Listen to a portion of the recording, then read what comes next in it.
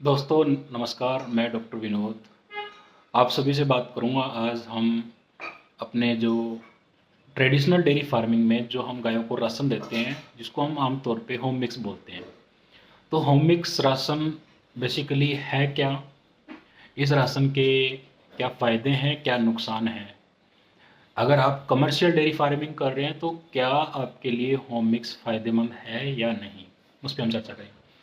साथियों, basically home mix ration का मतलब है कि हम अपनी गायों को अपने घर में जो खाद्य पदार्थ हैं उनको मिला के उनके लिए हम दाना बना रहे हैं, उसको हम होम मिक्स बोलते हैं।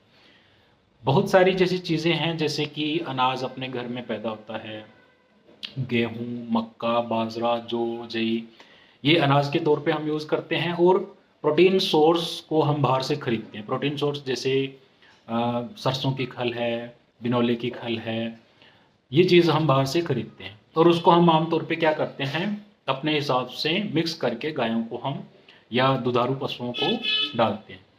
साथियों, होम मिक्स राशन भारत में आप देखेंगे ज़्यादातर लोग अपने घर का जो राशन है वो गायों और भैंसों को देते हैं। अब हम जो ये होम मिक्स दे रहे हैं, ये हमारी ट्रेडिशनल डेयरी फार्मिंग की वजह से हम गायों को अपने घर का राशन दे रहे हैं। कुछ किसान भाइयों का ये परसेप्शन रहता है कि ये राशन हमारे घर का है, हमारी गाय भैंस इससे ज़्यादा दूध देगी। एक बड़ा फैक्टर ये भी है जिसमें हम होम मिक्स यूज़ करते हैं, वो है कि हमारे ये जो इंग्रेडिएंट है राशन के, ये हमारे घर पे पैदा होते हैं, खेत में पैदा होते हैं, तो जो जो कॉस्टिंग है वो भी थोड़ी कम रहती है। तो कॉस्ट फैक्टर के कारण, हमारे परसेप्शन के कारण, या हम ये कह सकते हैं भी हमें पशुपालन में जो पशुओं की फीडिंग है उसकी जानकारी कम होने के कारण हम गायों को या भैंसों को ये जो होम मिक्स राशन है ये देते हैं।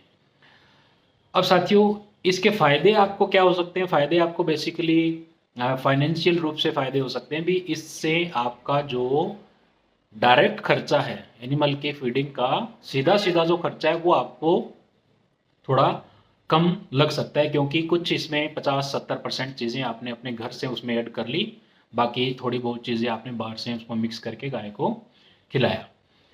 तो साथियों, ये बेसिकली जो ट्रेडिशनल डेयरी फार्मिंग है भारत में, इसी तरह से हम उसको फॉलो करते हैं।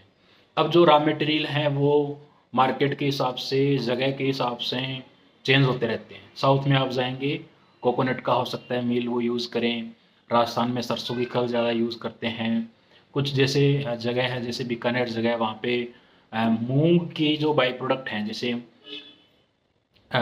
मोठ या मूंग की जो दाल है, दाल निकालने के बाद में जो छिलका बचता है, चने का जो छिलका बचता है वो डालते हैं। कुछ लोग जैसे गेहूं का चोकर है वो डालते हैं। तो ये अलग अलग जगह पे आपको अलग अलग रॉ मटेरियल देखने को मिलते हैं।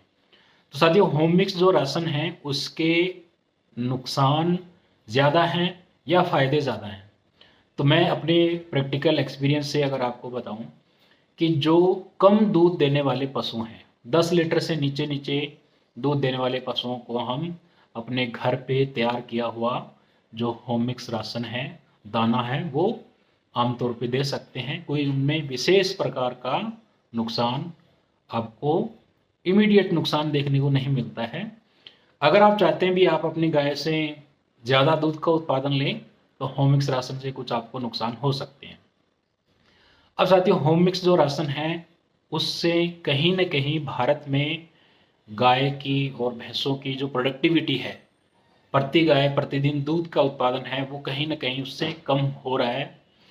ये उसका एक रीज़न है। इसके साथ साथ में कुछ और समस्याएं भी हैं जो होम मिक्स के कारण अपने को आती हैं, उन पे हम बात करेंगे। तो साथियों, जो अपना घर का राशन है, होम मिक्स राशन है, उसके नुकसान के बारे में हम बात करें तो सबसे पहला नुकसान है कि गाय को हम एक संतुलित राशन नहीं दे पा रहे हैं। कैसे नहीं दे पा रहे हैं? क्योंकि जो आपने होम मिक्स राशन बनाया है उसमें